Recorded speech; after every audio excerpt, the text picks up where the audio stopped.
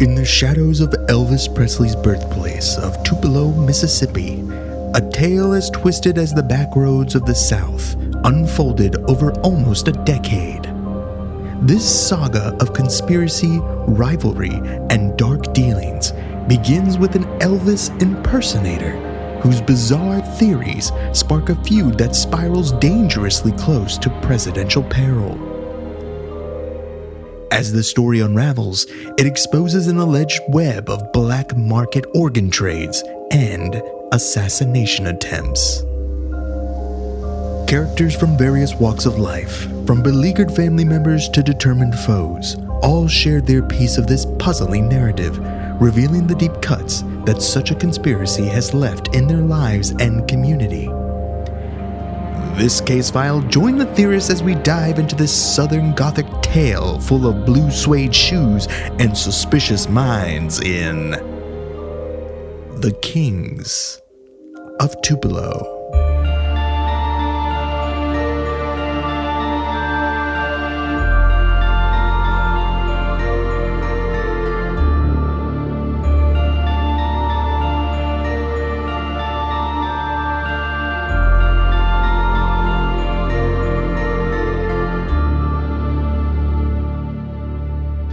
Welcome to Alien Theorists Theorizing Case File 351's The Kings of Tupelo. I'm Braden. Oh, you fucked it up again. No, I didn't. That was on purpose. It's Tupelo. That's what I said. No, it's Tupelo. not. Did I say Tupelo? Yeah. I can't help myself. It's my accent. Tupelo. Accent. Yeah. The fuck are you His talking English about? language accent. My moron accent. I can't. Okay, that's... I'm Braden. Okay, we'll start that again. We did? I'm Yeah. Zell. Oh, I'm Dan. Good work, everyone. Little studio update. That's all good. I had to dig a 65-foot trench from my house to the new studio, 18 inches deep. So For what? for power. I thought it had to be 3 feet. No, it's only 18 inches. And the electrician told me that. That's what I'm going with. Good enough. No permit. So I'm digging. No, I got an electrical permit. Digging the trench. Get a whole fucking the line done today, and I'm digging, and I'm like, fucking roots. I'm cutting roots. I'm doing all this stuff. You find a and fucking skull?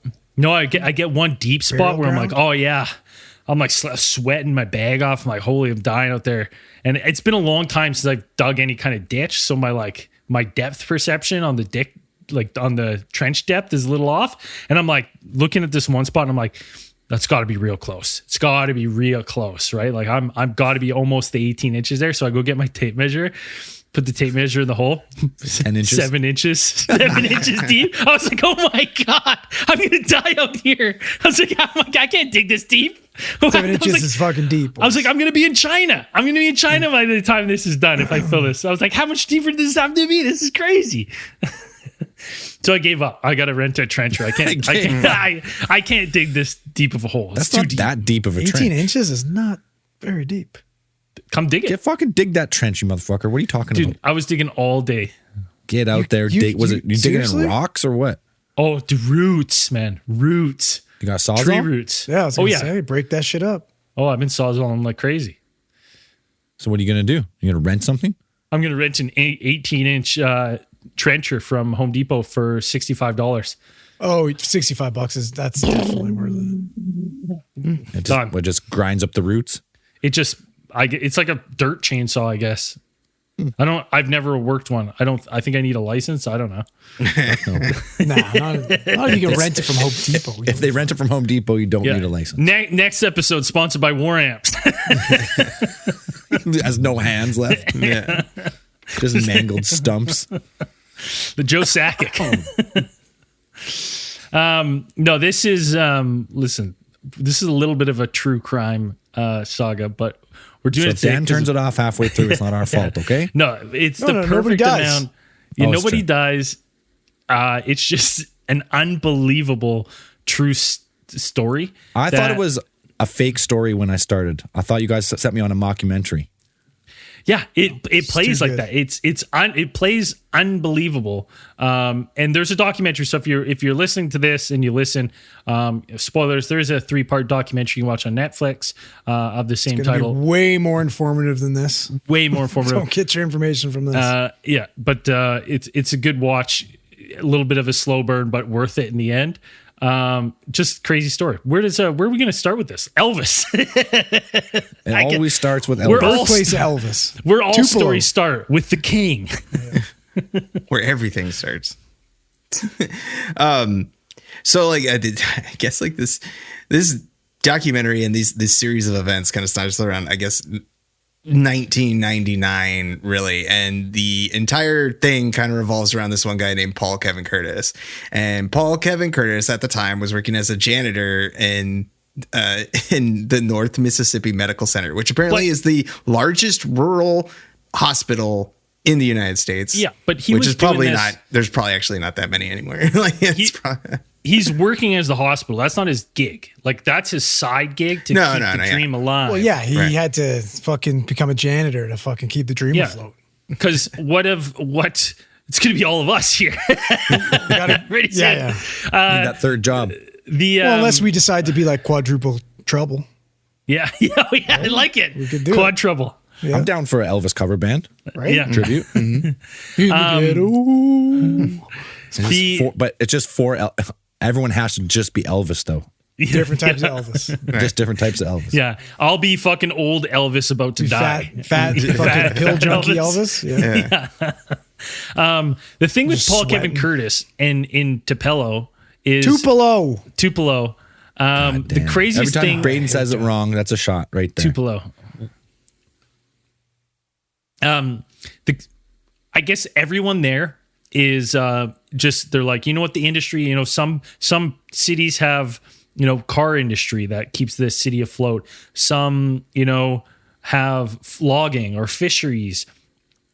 This place has Elvis and It's 'cause Elvis it's the birthplace. impersonators. It's the birthplace of Elvis. That's Yeah, why. I know. Yeah. But What's Graceland then?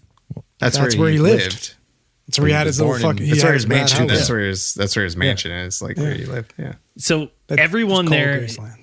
like fucking loves Elvis. Like, you know, you can see montages of like, you buy your fucking insurance from Elvis. Look at the car wash is fucking Elvis at funny the car 'cause wash. it's Elvis like at it's the fast stuck food. in the fucking like 70s and 80s, because like our grandparents, that's the generation, and dude. everybody loved Elvis. Yeah, You my remember grandma, when you'd go huge into Elvis. Well, you'd go gal. into those elderly people's houses, and they'd have like those Elvis plates on the wall. Yeah, Remember they had, like the weird decorative mirrors, plates the and mirrors. The Elvis weird Elvis mirror. Yeah. Yeah, right. Like they had Yeah. the most weird fucking Elvis paraphernalia, but like this, it's funny because this is what what's we're our talking about, like the Elvis? 90s. Who's our, like in 30 years, or what everyone's going to be dressing up as? Who is it? Is it Bieber? It's probably gonna be Taylor Swift, unfortunately, Yeah, maybe. or like Beyonce.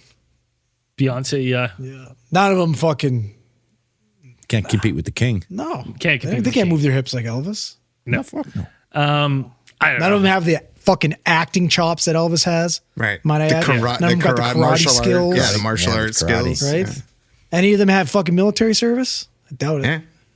It's true. Elvis did. He did.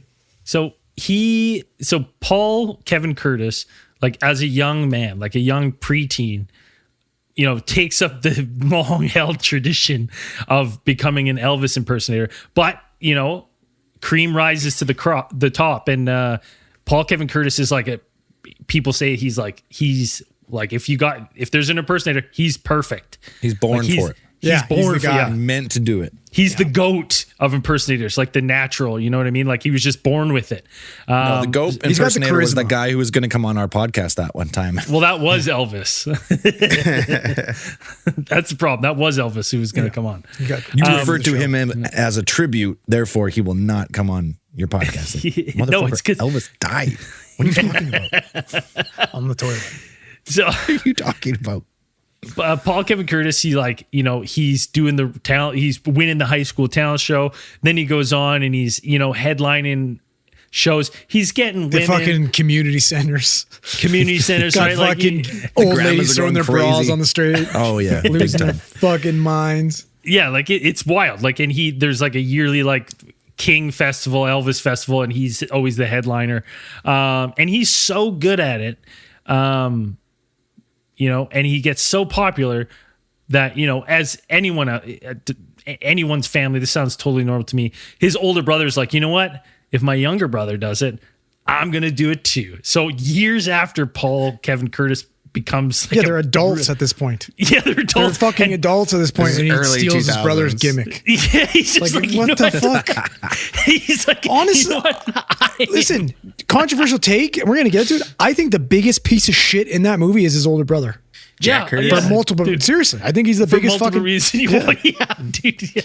Well, by all accounts, he was better at it than he was. He was better than Kevin was. I don't care. Or Paul was. I don't know. It's like, because you said he did it because his insurance company. His insurance company. Well, he said he was an insurance company. He never said anything about it was failing, but he was like, his insurance company. He's like, this would be good for business. And he's like, it needed a gimmick. It wasn't like it wasn't pumping. And he's like, you know what? It needs a gimmick. And they were like, it's crazy. It's like he just came in because of car insurance. Come and get some.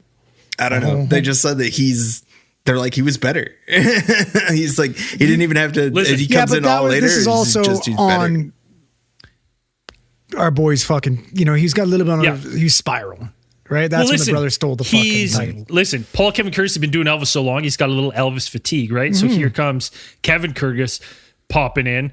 So it causes a rift. It causes a rift between these two brothers. Kind of rifts the family a little bit. Of fucking course. Rifts them apart. Riffs them apart. I like that. Yeah. So then, well, are you talking about? They formed a band though together. Yeah, they were double trouble. Spoiler alert! Oh, okay. You're getting right to double trouble. They didn't rift yet. Like they didn't rift until after. No. They rifted. They rifted when they riff first, and then they become. And then you know what?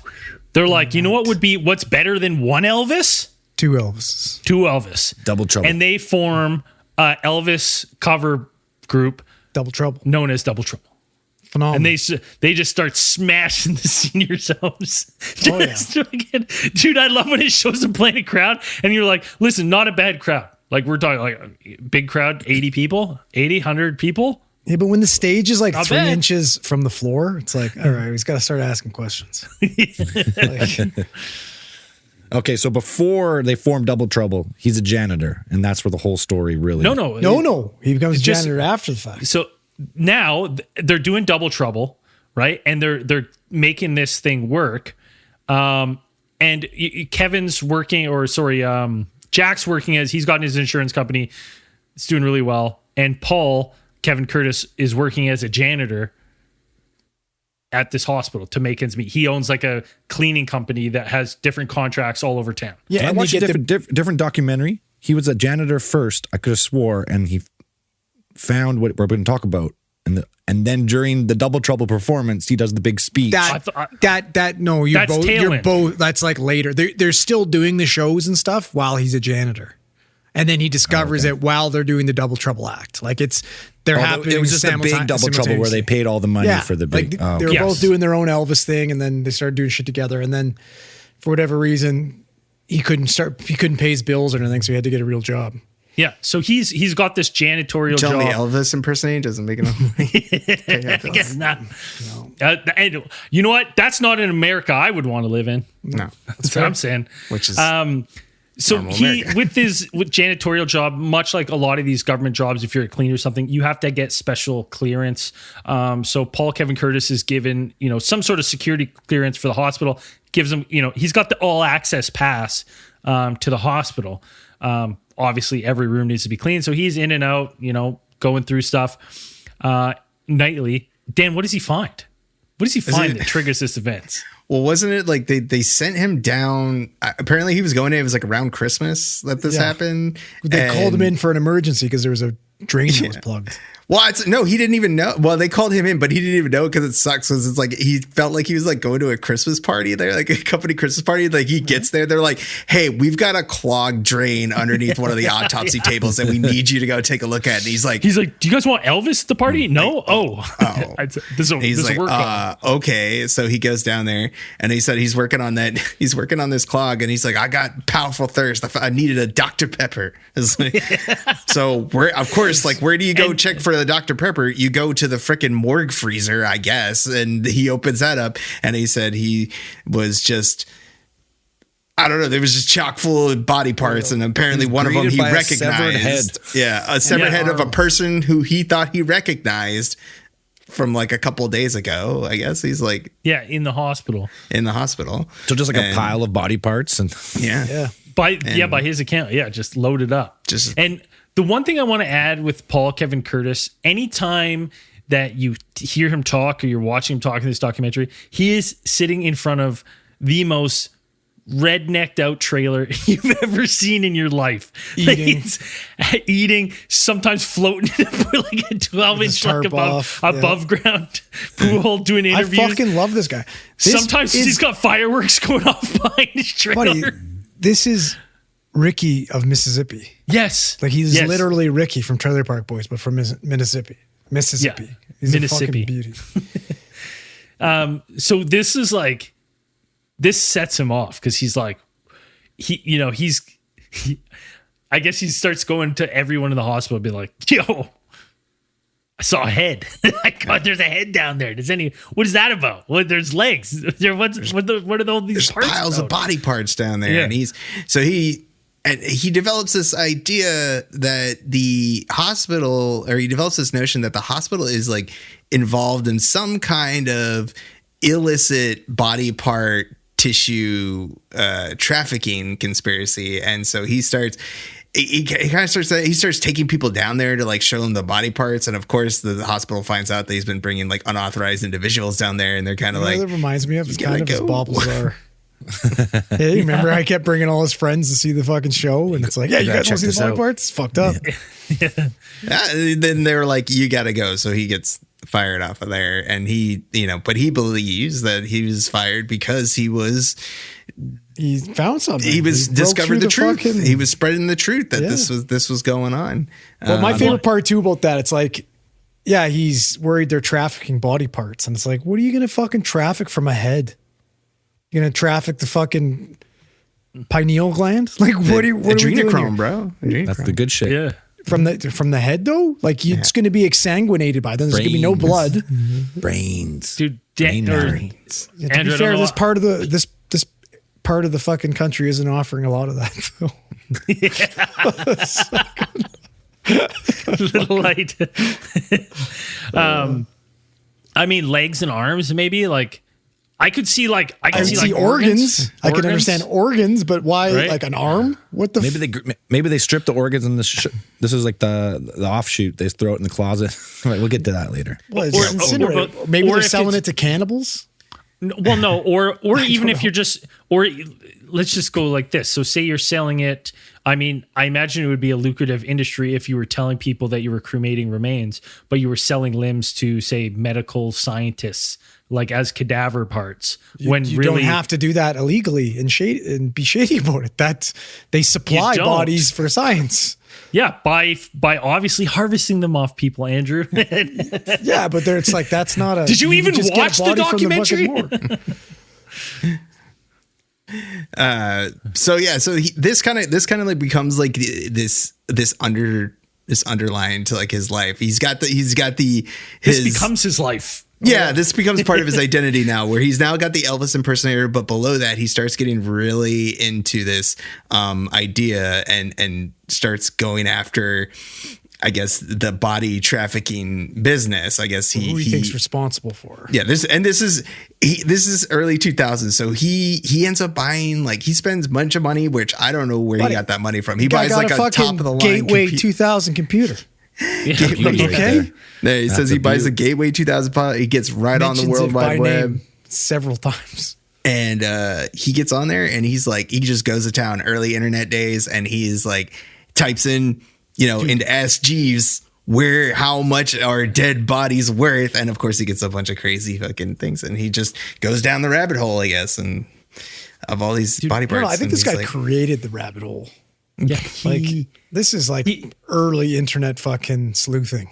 Dude, he was on literally even by his kids' accounts, all he did with all of his time was he would stay up late sleep like till midday and get up and then be right back on the computer doing research and hitting message boards and forums talking about how they're be fair, harvesting organs right around draft and body season, parts. the same thing happens to me.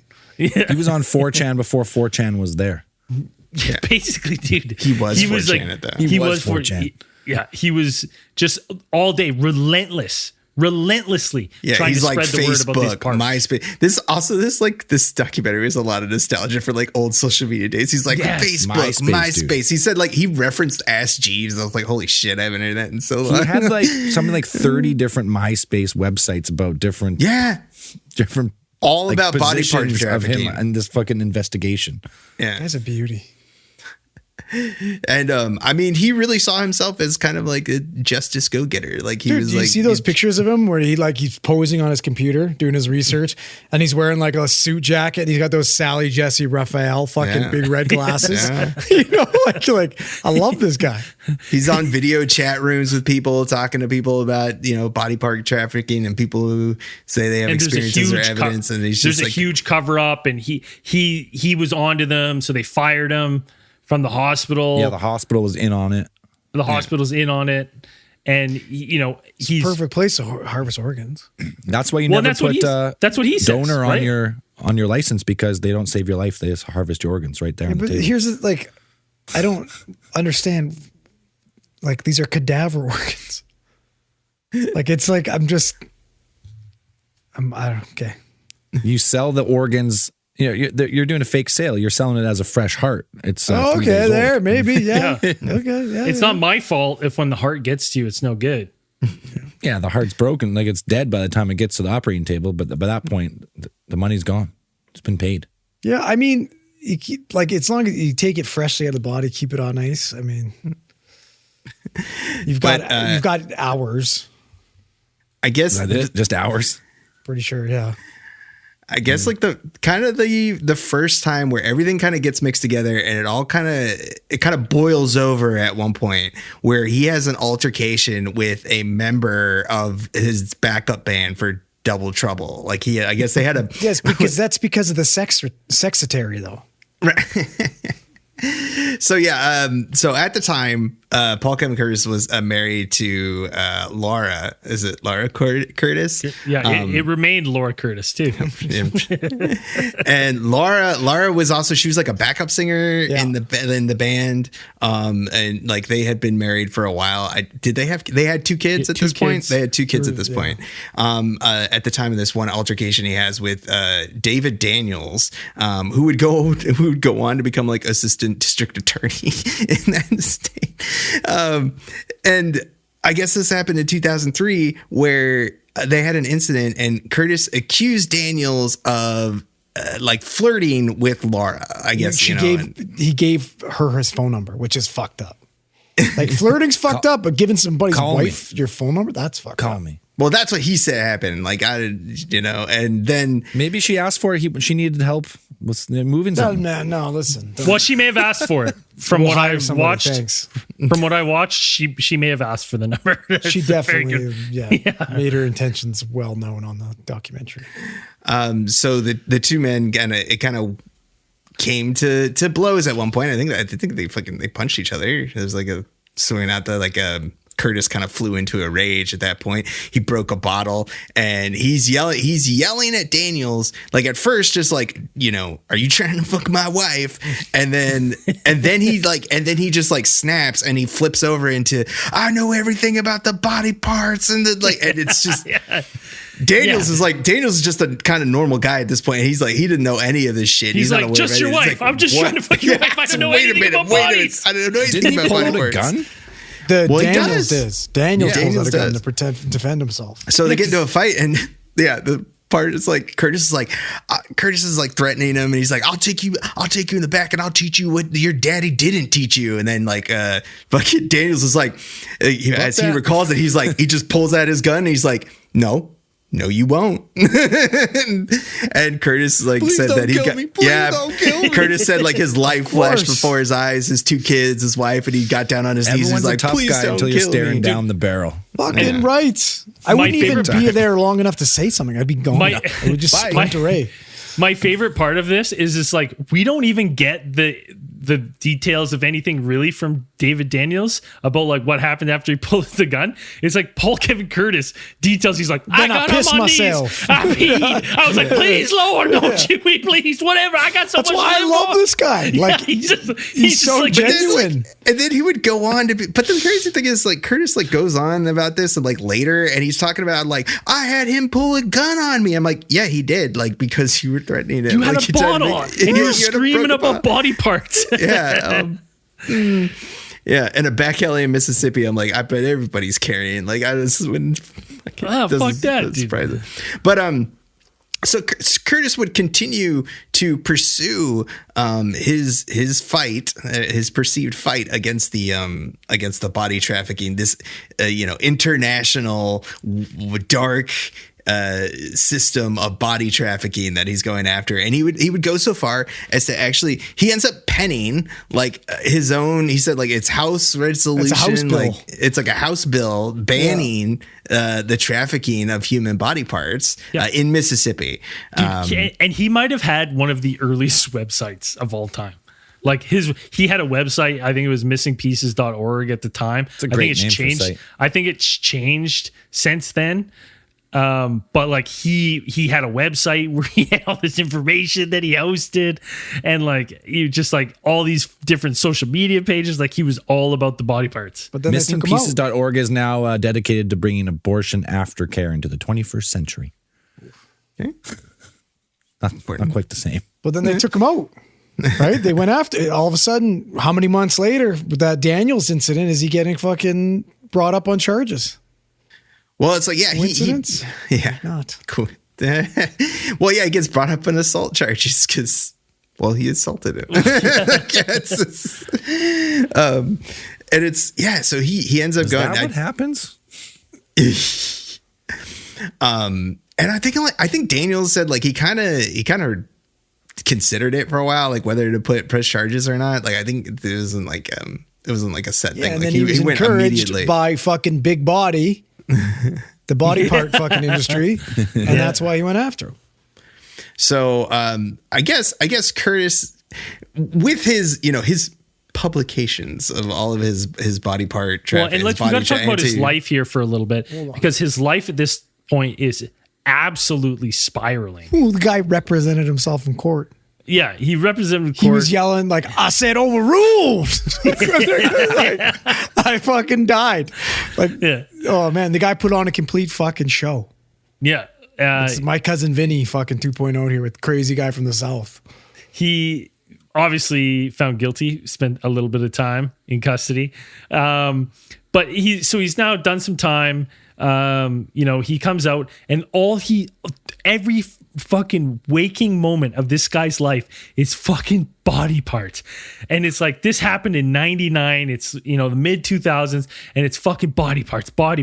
They have interviews with his kids where his kids are like, this is all this motherfucker cares about is these goddamn body parts. His wife, Laura, is like, and him are just fucking, they're together, but there couldn't be more space between them at this point. And, they're in a band and stuff. And like a lot of these, in this kind of setting, she, finds herself with the co-star, the brother. She ends up getting with the brother, Jack Curtis. Ends up As you do. as you do. It's like Jack Curtis is the real villain of this fucking show.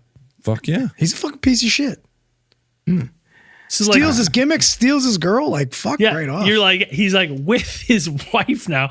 So this is like creating a fucking. Well, he gave her a job too. Like he gave her a job because I she guess was the secretary. right. Yeah. Laura at the time, like, because I don't think she was working. Like she wasn't working when like her and Paul were together. Like they weren't working. I guess at the time, she was talking about her experience of being like, there were times that Paul would go on these rants and she felt you know, they were in danger. So she would take the kids and they'd go to McDonald's and they would like spend the night at McDonald's. Because he's just up hacking darts, fucking probably mad typing about body parts. And sitting there, you know, Just spouting connecting off dots, his man. Yeah, spouting. He's the king of connecting dots, as he said. It doesn't matter how far apart they are. He'll find a way.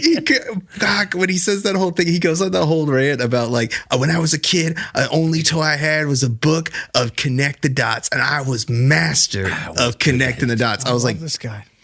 I was like, it's not that hard. It goes 1, 2, 3. My favorite sign off of what, like, it's like last, I think it's episode 2 at the very end of it. They're like, the end of it, and he's like, yeah, and some people will say like, I'm retarded and a dumbass. Fucking dies. Yeah. Fuck. Like fucking dies. My favorite thing ever. He's like, everything in his life is spying right now, but he's like upping the ante. He writes this House bill and he's going to, what is the person that is a state representative he's going to? Yeah, he's a state representative, Steve Holland. So all of his, you know, things this far have gone to, you know, he's learned about how to push these laws and he's learned how he can try to bring this to light. And his idea is he's going to try to get a bill passed about the illegal sale of body parts. Steve Holland is basically like, cool. nice bill. You know what I did when I seen that piece of paper?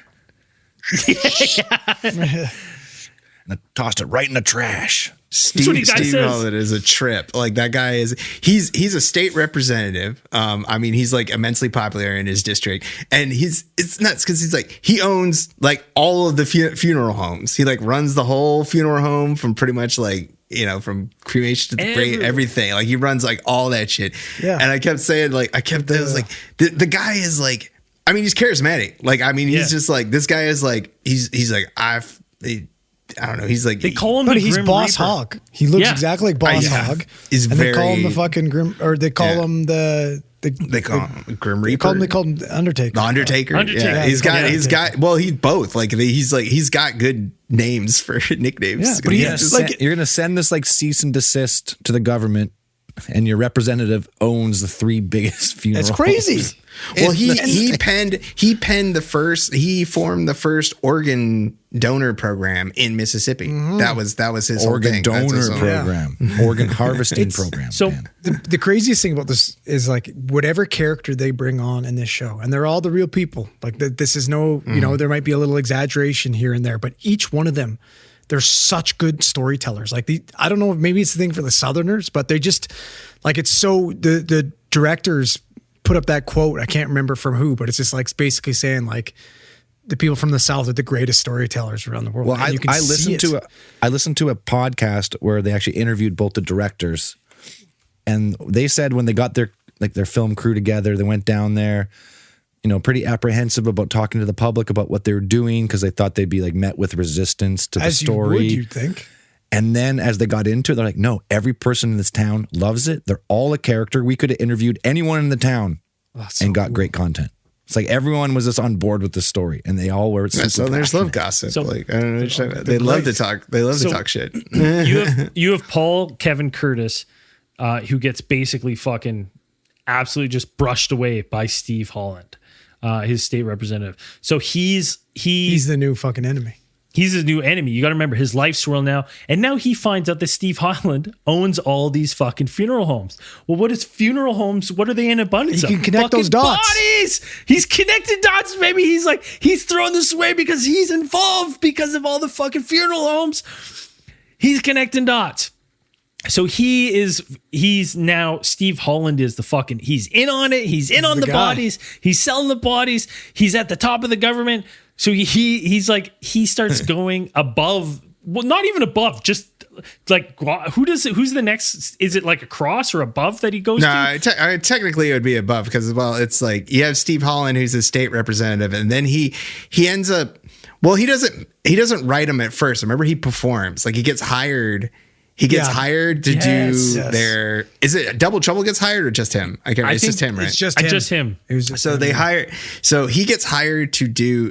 Paul gets hired to perform his Elvis impersonation routine at a kind of a dinner, like a dinner for a bunch of like political Republican donors and stuff like this for Roger Wicker, who is the U.S. Senator from Mississippi, and I guess they scheduled him for this. And according to Roger Wicker, he's like, I didn't know anything. This about guy the body parts. got caught in a few lies in this fucking documentary. Yeah, he did. I will say. Yeah. So.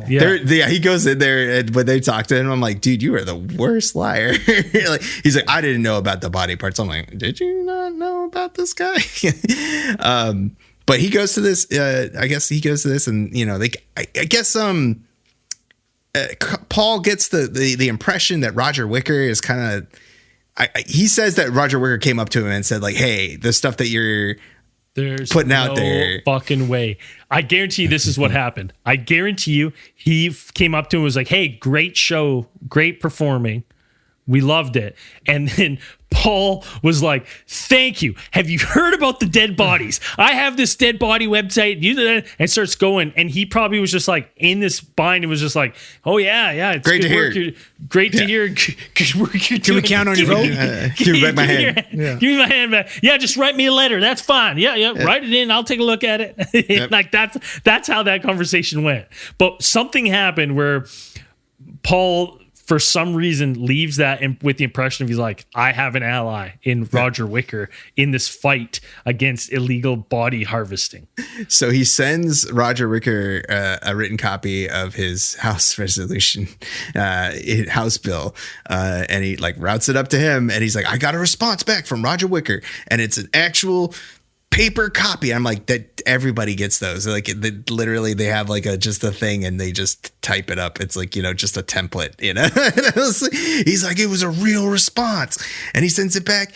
And then what does it say? It says, thank you for all your good work, and I was over the moon. He's like, yes, I recognize that I'm doing all my research, and it's really coming to something. And then it says, but drops the but, and he's like, I'm not the person that would be able to sponsor your bill. That person would be your state representative, Steve Holland. And and Curtis like freaks out about this. Like, he says, like, he was like, I couldn't believe it. Like, it goes all the way back to Holland.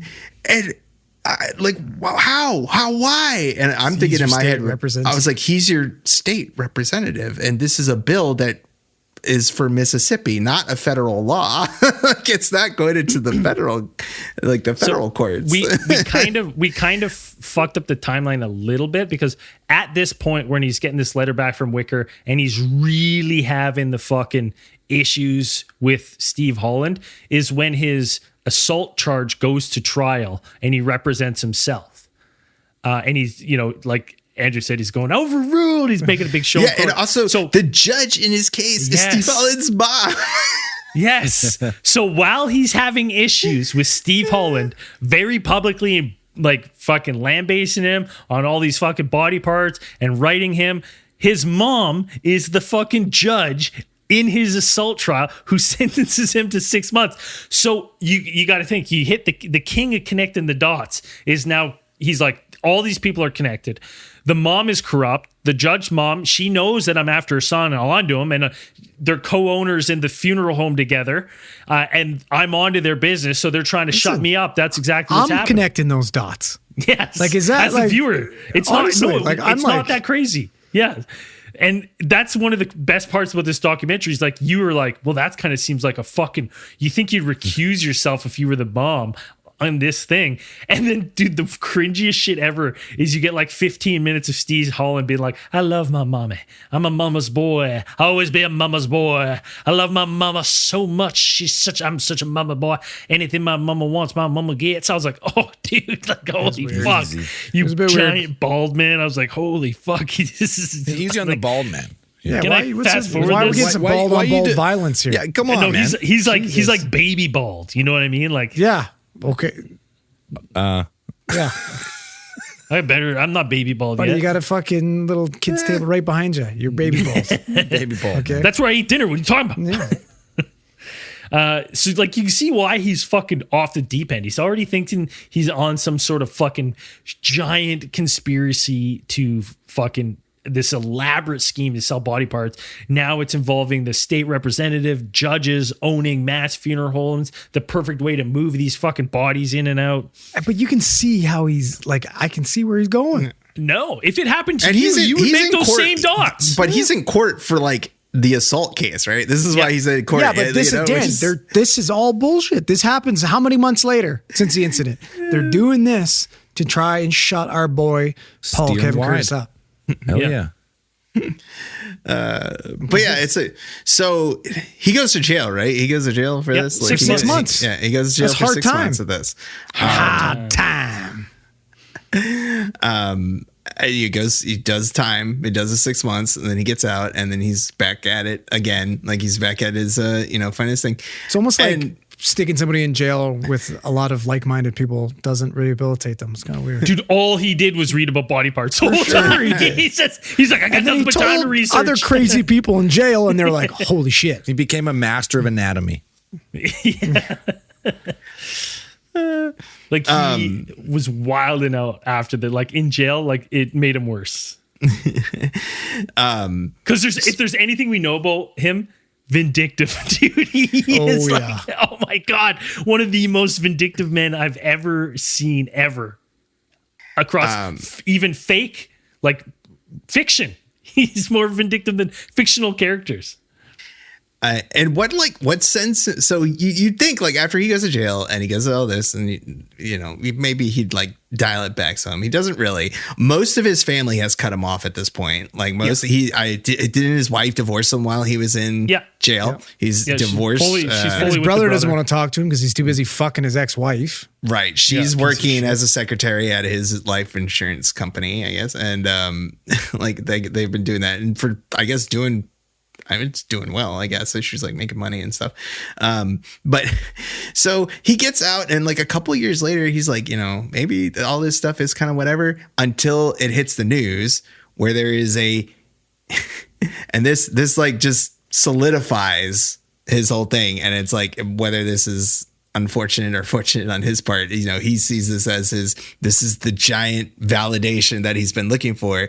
That is the like, it was like 2005 a case against what it was called Biomedical Tissue Services, where this company had been actually like getting body parts from funeral homes without the consent of the families and using them to sell them, for like grafting purposes or stuff like that or whatever.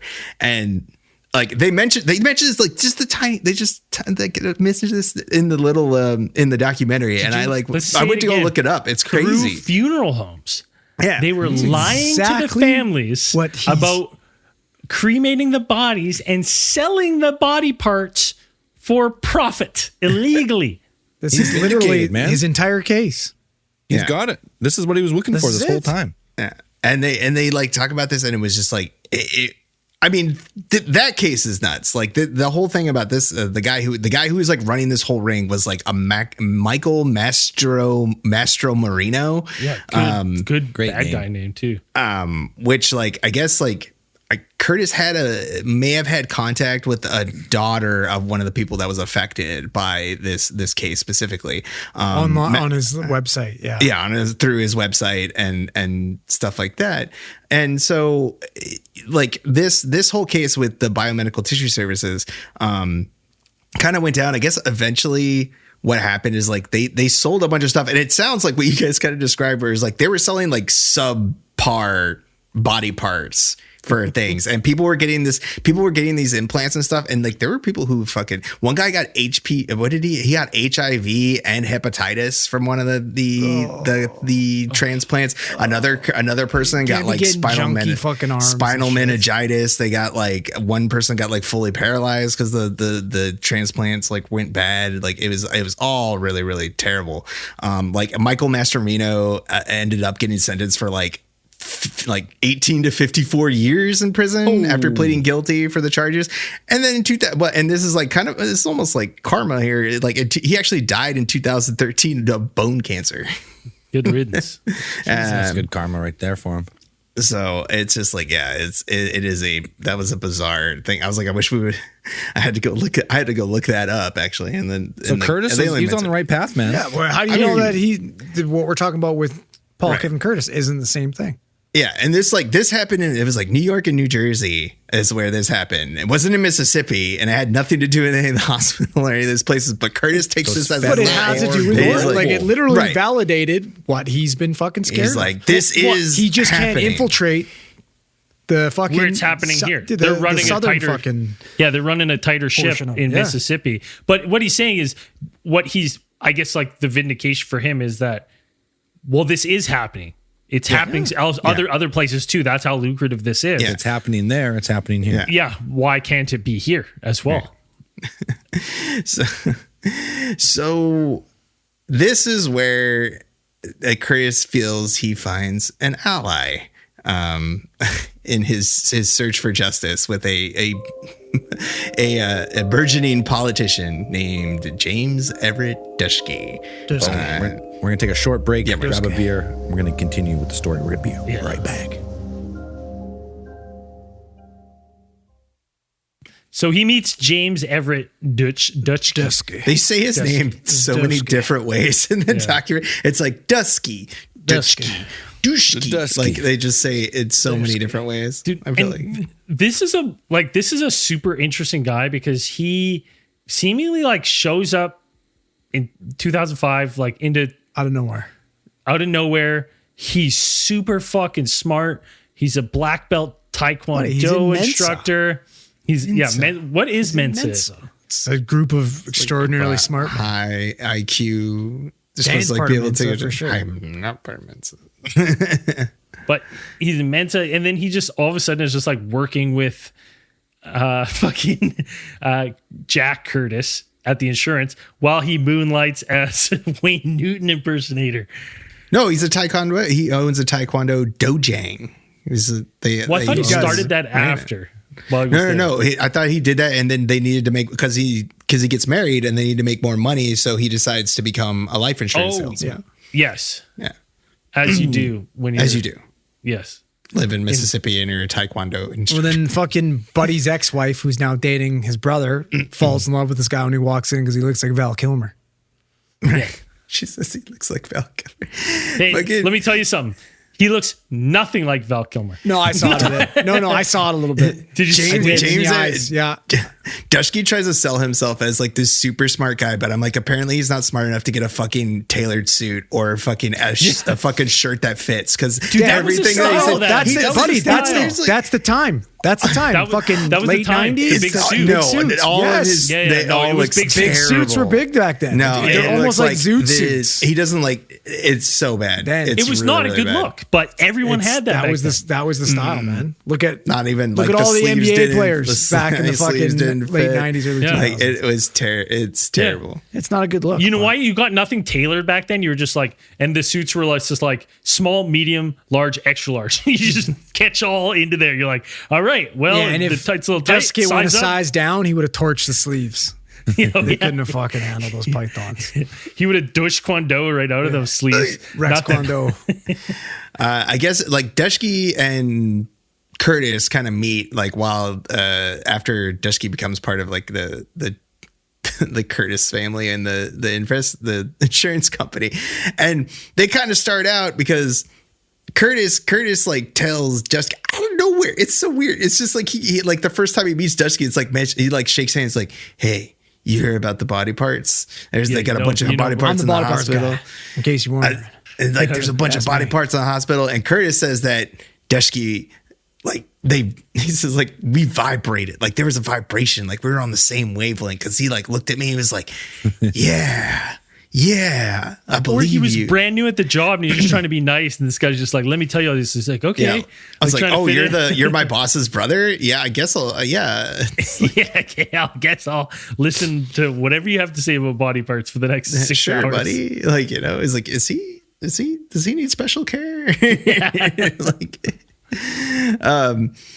so Dushki, like, the insurance thing, you know, him becoming a Taekwondo instructor and then him becoming an insurance thing, we're all, I guess, in Dushki's grand plan, these were all stepping stones. Political steps. Yeah, these were all stepping stones to where his real goal was to become the Republican candidate who would represent, like, in the state. And he was shooting for Steve Holland's job. And I don't know. Again, Dushki strikes me. He's like, he's the smartest guy, but how are you the smartest guy? And you think you have a chance against a guy who goes by the Undertaker as his political name? This like, guy's a fucking Taekwondo black belt. Like, he's the Undertaker. He's the Grim Reaper. Like, and that's what they call him. So it's hilarious. As like Dushki's like, dude, he's making the rounds. He's doing like, you know, fucking meet and greets. Yeah, he's hobnobbing. Got, you know, dude, five people gatherings at mall food courts. Like, Kevin Curtis's wife. Yeah, well, So they had their first conflict. And what? No, he's got his wildly successful band, Robo Drum. Oh, yes. Robo Drums comes later. This is way later. I forgot about Robo Drums. He actually got pretty big. But he got surprisingly shouted out by Malcolm in the Middle. Called him Frankie Munoz.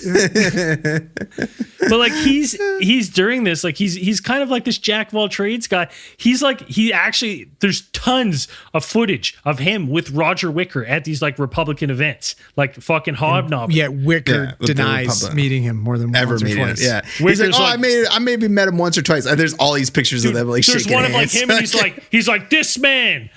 James Everett Dushki, he's gonna do great things with this party. I know him. He's like, don't know who that guy is. I maybe met him twice. You know?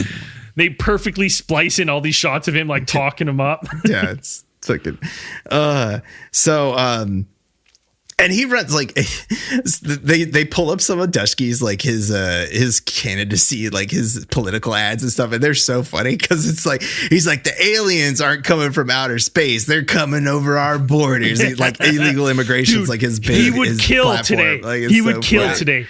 Oh yeah, he would have swept Mississippi if he was ahead of his today. time, you know, with his His message. photoshopping skills too yeah, that's right. for the early 2000s. That's right, because he runs like a whole campaign because like the Holland talks about how he's like he was photoshopping him as Boss Hogg. You know, he's Dushki was positioning himself as the anti-establishment candidate, being like, you know, the old boy network, like we're gonna break that, like we're gonna move past that or something. Is his whole shtick at that point.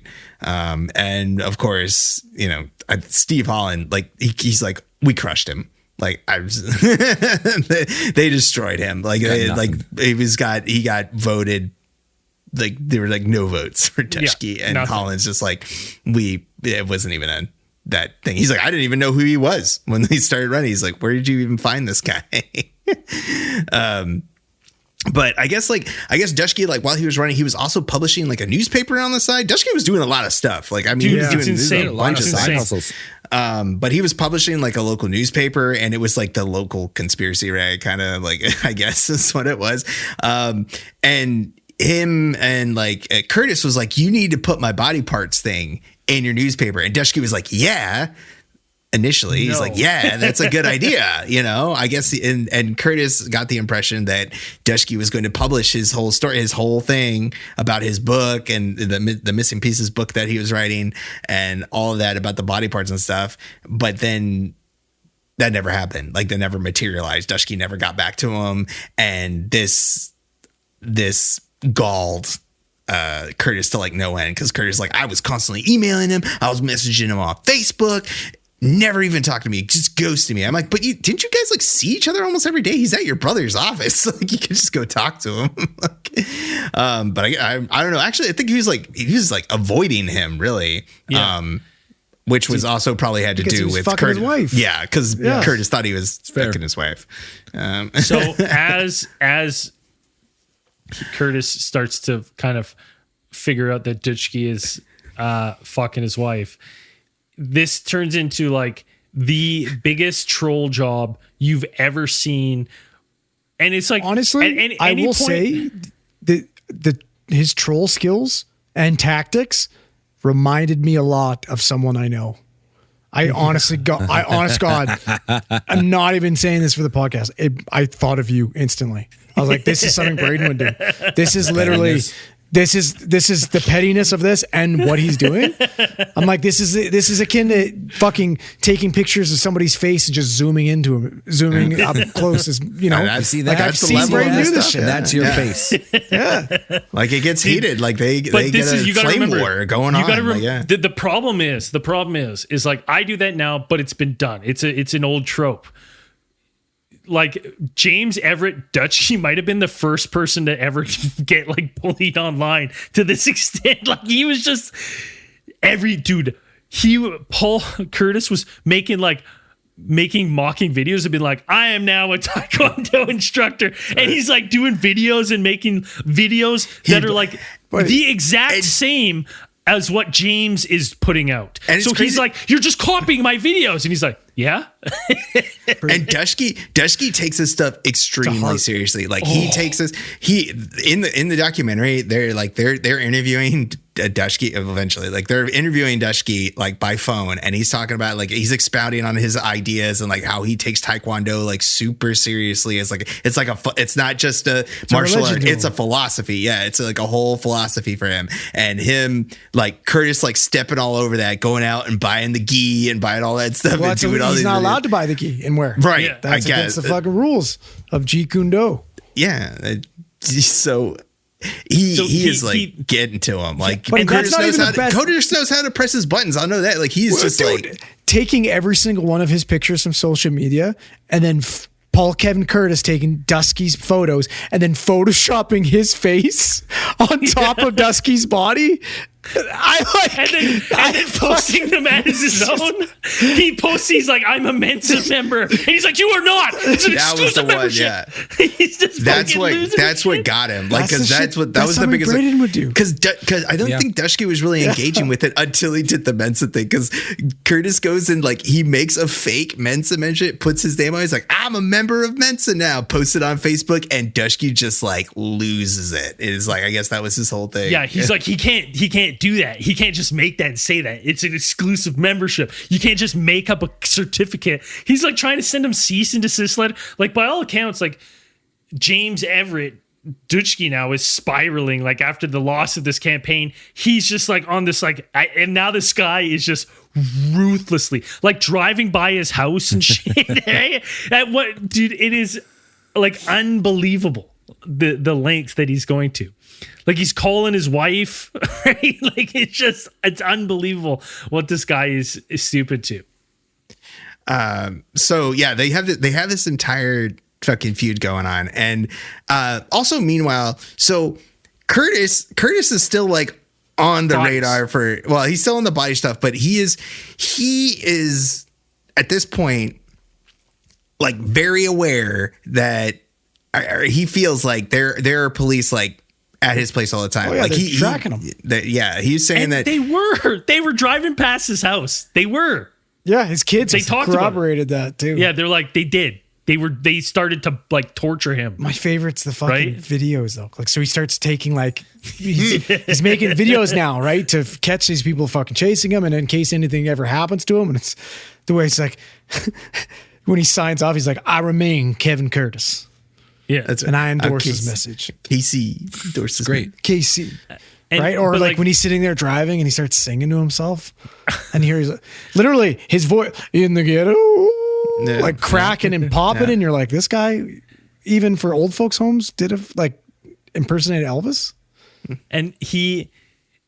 Hold on, backing tracks. Hold on, we forgot one gleaming thing that we just got. We skipped it that we have to talk about.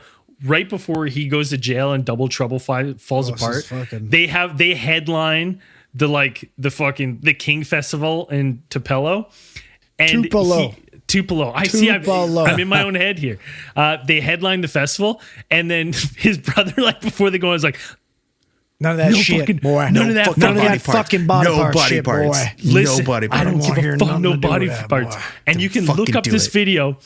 At the end of their set, he grabs the mic and just goes on this epic rant at this music festival, being like, they're hiding the bodies. It's Steve Holland and his mom's the judge. And it goes all the way up to rivalry. And he goes on this huge epic fucking rant about bodies and just drops the mic. He's like, I'll never perform here again. I'll never perform for you people ever again. I'll never perform in this town. And then he leaves. And that was before he goes to jail. And I was just like, holy fuck. Totally forgot about that. I fucking love this guy. I love him. Off the bin, and it talks to some police, and they're like, well, he should have his own podcast. I do. I'm telling you, we got to get him on our podcast. He'd kill it. Need him. He at this point, like, it talks to police officers, and they're like, yeah, well, he's acting crazy. This guy's acting crazy. So yeah, we're patrolling the area because there's concerns. There's concerns that we feel might be warranted to fucking patrol around every now and then. It's also see like how he's doing. It's a Mississippi trailer that doesn't park. make sense. They don't do that. They don't do that. That's not real. No, we don't just do like, we're going to do a couple drive-bys because this guy's acting fucking weird and we just want to make sure. No. That doesn't happen. That's not a thing. I was like, I'd also imagine there's quite a few domestic calls that come from the trailer. That probably has more to do with it. Yes. So, yeah. So he's still full on, like, committed to fucking stopping the bodies. And every time a cop car drives past his house, he's like, they're watching me. Or every time there's a black car near his house, like, they're watching me.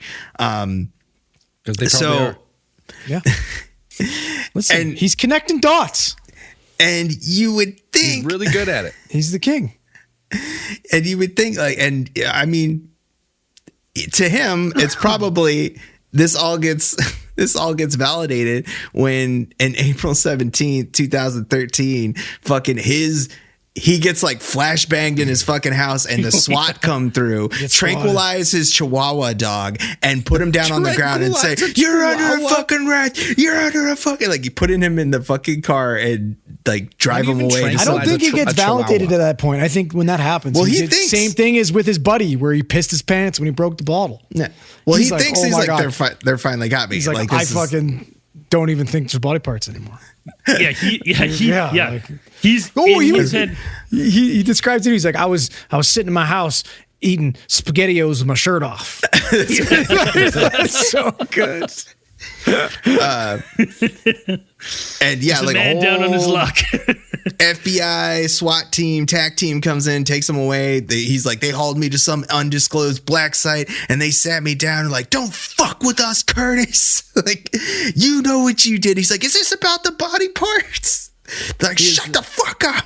Like, his description of the interrogation is all pretty good. He's like, you sent those ricin letters to President Obama. And he's like, yeah. And then I saw a tear come out of that agent's eye when he said President Obama. Like, well, and he goes, so just to back up a little bit, in April 2013, rice and lace letters were sent to President Barack Obama, Senator Roger Wicker, Judge Sadie Holland, and all these letters said at the end had, I am KC and I approve this message. And basically it was just like, the letter was like a manifesto about these fucking body parts and laced with this fucking rice and poison. Deadly poison. The feds pick him up. They're like, we got our guy, right? Like they were going in there because they figured that he probably had the place rigged. He might have ricin, and this was going to be like a suicide thing, death by cop maybe scenario. Yeah, basically he was a terrorist. Like, you know, at that point, they like everything. 100%. So yeah. So they get him, and there's, like I said, they're screaming in his face. And dude, I love this documentary because they even have the detectives who fucking interrogated him, the FBI agents interviewed on this documentary, and they're screaming at him, we know you sent the ricin letters. And he's going, or we know you sent the ricin. And he goes, ricin what? I hate rice. I don't have rice in anything. I don't know what you're talking about. I don't even eat rice. And they the detective said they took a break and they had to go to the room and be like, are we sure this is the guy? Like, he's so convincingly retarded that we don't think it's the actual, like, are we sure it's him? Like, cause holy shit, he's this guy pretty is sincere. dumb. Like, we're like, yeah, pretty we're not dumb. really sure. He made rice and we're sure of this. So they like hold Curtis for like a couple days. Like they held him for almost like a week, like almost a week. and they're like Oh, dude, and his name is plastered all over the everywhere. place. Like when they pick him up, Dude, like he's all over the news. He's got a good terrorist name, that good 3 name. You know what I mean? Yeah, and they're like, this guy is the fucking Unabomber at this point. Like it's just like all over the thing. They're like, Paul these. I Kevin remember Curtis. the rice and letters. I remember rice and Yeah. letters being a big deal. Like I remember that shit that happening, and I was like, oh fuck. I was like, this is the guy. And like watching the on the documentary, they show a bunch of news clips and stuff, and I'm like, man, damn, yeah, that shit was crazy. And I was like, this is the guy that they arrested. And so, April 20. It goes to another quote that I love so much about the show. And you can't be both a genius and retarded at the same time. So Like, that's fucking gold. I got want a to get point. that. I want that on a plaque in my house. It's a good motto to live by. It's phenomenal. But April 23rd, 2013, 5 days after they take him, they have to drop the charges because they don't have. No. They have Hold on. nothing. But even before this, we missed one of the best parts because Dusk is running his fucking political game. He's fighting against Holland. He's making waves. He's getting all the kids joining his fucking taekwondo team. Everybody loves him. And then he goes down on the pedo charge. Oh yes. And then it goes to fucking Paul Kevin Curtis in his trailer. They're like, yeah, he got busted molesting a kid or something like that. And then And he's Paul like, Kevin Curtis "I is knew it." like, I was elated. It's like literally like you're like, oh, so fucked up. Yeah, dude. And then, I forgot. That's when he was calling his wife. So Yeah. he goes down on some pedo charges, and then Paul Curtis is calling his wife, being like, "I'll be your new daddy. I'll look after you. You don't have to worry." Like, just fucking ruining this guy's like life even further. And I think he got off those charges. Yeah, that's it. I think so. Yeah, Which- Ditchke got off, but obviously his reputation still. Well, I you're think in he a pled weird to- spot if you're getting Yeah. even those charges alleged. Let's be Yeah, honest. so he. Some lines are being blurred. Yeah. So Feds So kick Curtis out. They have nothing. They search his house. There's nothing that would be with cooking rice Ties because you him, need yeah. castor beans and a bunch of other shit. bunch of chem shit. You need fucking Yeah. Breaking Bad level Yeah, fucking yeah. chem set. I only know it to from Breaking cook Bad. this Yeah. stuff. Is this when Breaking Bad was coming out? Like, is this where? Did this help Breaking Bad? 2013. That would have been probably the end of Breaking Bad, 2013. Really? I think so. It's that old? Yeah. I thought it would have been over around like 2015, 2016. End year 2013. Yeah. Shit. crazy. So yeah. I remember watching Breaking Bad in college, so I was done in 2011. Yeah, so they have nothing. Like, they got nothing on the guy. They're just like, this guy's too stupid. They're like Coleman. They're like, yeah, he's got the body shit, but like, there's nothing that would doesn't tie got the him. smarts to make the poison. They find out in their investigation that he's a lifelong Democrat, and he is the biggest fucking Obama Yeah, fan. he loves Obama. Loves Obama, and they're just like, "Ooh, this isn't good for our doesn't line up. investigation." They're like, "What? Why would he send these letters?" Why, It yeah, doesn't and make why sense. would these letters say that? They're like now they're like these letters are too good. Like they're Yeah. like these are too easy. Like it's too easy that these letters like line up and all this shit on him. And so they take like a long shot, I guess what did they call it? They did like a trash sweep or whatever. They picked up Yeah. some trash from because they're like they kind of have an eye on Dushki now because they're Well, like they asked him. They're like, "Well, who?" Because he's like, "I must have been framed for this," and they're like, "Who would frame you?" And he's like, "Dutchke." That's Right away, he's like, "Dutchke would have." He's smart enough to do is this. something he would do. And so they're like, okay, well, as Curtis would say, his goddamn intelligence is off the charts.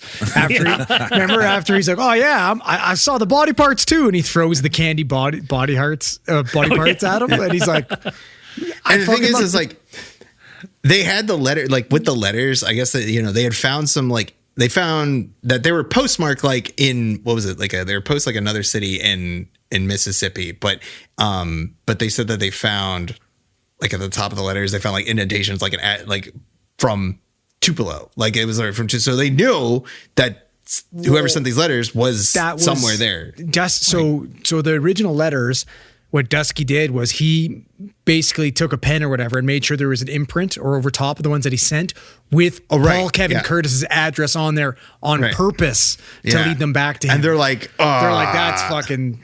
that's too neat. That's a They're little like, yeah, they're suspicious. like, that's a little too. So But it works so good because Paul Curtis is so dumb. That Yeah, he but I mean, made like, blow that. yeah. And then so they sweep Dutch. So they're like, okay, well, let's take a look at Dutchke's stuff. And they end up like, they get his trash. Like they go through his trash, and what do they find? I was like, they found, what is it? They found in his trash. It was letters, right? It wasn't Letters? like, it was like old Letters, and I thought they found like receipts and orders for castor beans.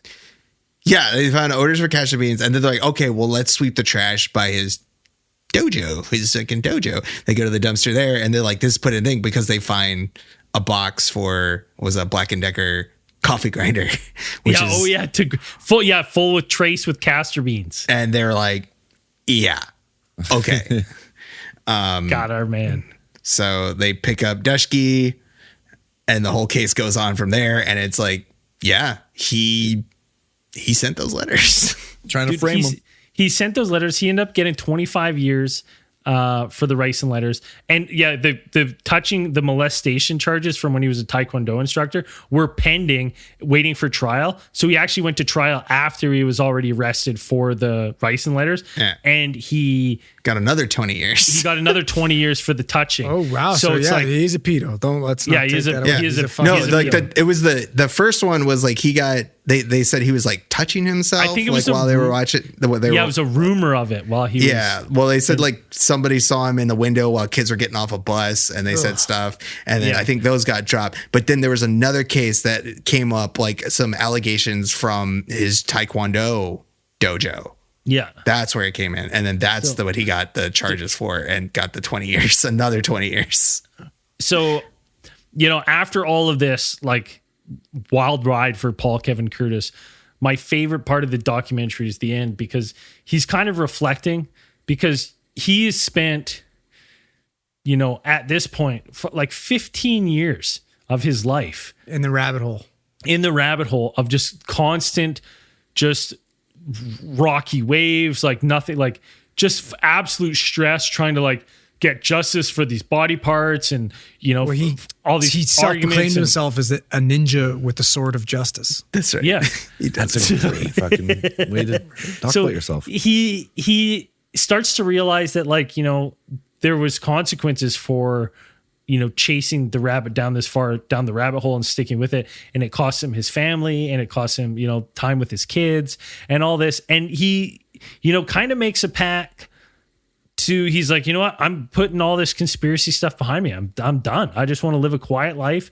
I'm done letting this stuff take my time and take my mental space. Well, he's going to reclaim some time with his kids. Yes. He's going to get his life back. I Maybe just wanna patch it up relax. with the old lady. Like, So it does a quick fade to black, and then you hear like, but then I get to thinking. And he starts going, he's like, I think that Dutchke, because this guy drops onto the face of the earth in 2005, just shows up. He's very smart, very talented. well, he and claims to have been doing some type of missions too, but he never remember some that? kind He of was chosen to be some part of Black a Ops. Black Ops team, Yeah. but never really. something. Never really talked about it. He had military like he claimed to have military background, something like that, So- or federal service or something. Paul Kevin Curtis starts going off being like, I believe now that this is a double frame job, that someone's framed Dutchke for framing good old him. double frame. And this is because he's double a CIA, and he starts going off on it. And then it hard cuts to Dutchke on the phone, the actual Dutchke on the phone, be like, he's not part of it. I did this to him. I fucking hate him. It was me. He didn't help. He has no part of this. I did it. He's crazy. How about that's the ultimate fucking troll job, to try and take all credit away from him while he's in jail. Hey, like that? That's phenomenal. He's just knifing him. Yeah. He's like, yeah, it's Twisting the knife. I honestly cannot imagine hating somebody so much that I am going to send chemical weapons to the president of the United States for trying to frame you. That is like that's sideshow Bob energy. Like that is some seriously. He's a real life sideshow Bob. Yeah, dude. that is just so crazy, because I'm like, dude, like if they even if you have like, because Dutchke is just this dude who's like, he thinks he's so smart. He thinks he's smarter than everybody else. That's his whole deal. And it's like, But dude, you're not that smart because you didn't even consider it for the second that you were going to get caught. Like, if you do get caught, why don't you do something stupid? Not send rice into the president of the United States. Like he should have just stopped at the senator and the judge, like the people who connected. He would have been fine. In fucking jail. Yeah. But like man, like why couldn't you just do something? I don't know. Like that's just crazy. The documentary is such a wild ride, and like Zell said, it plays like a mockumentary. It's hard to believe that this. I didn't believe it at first.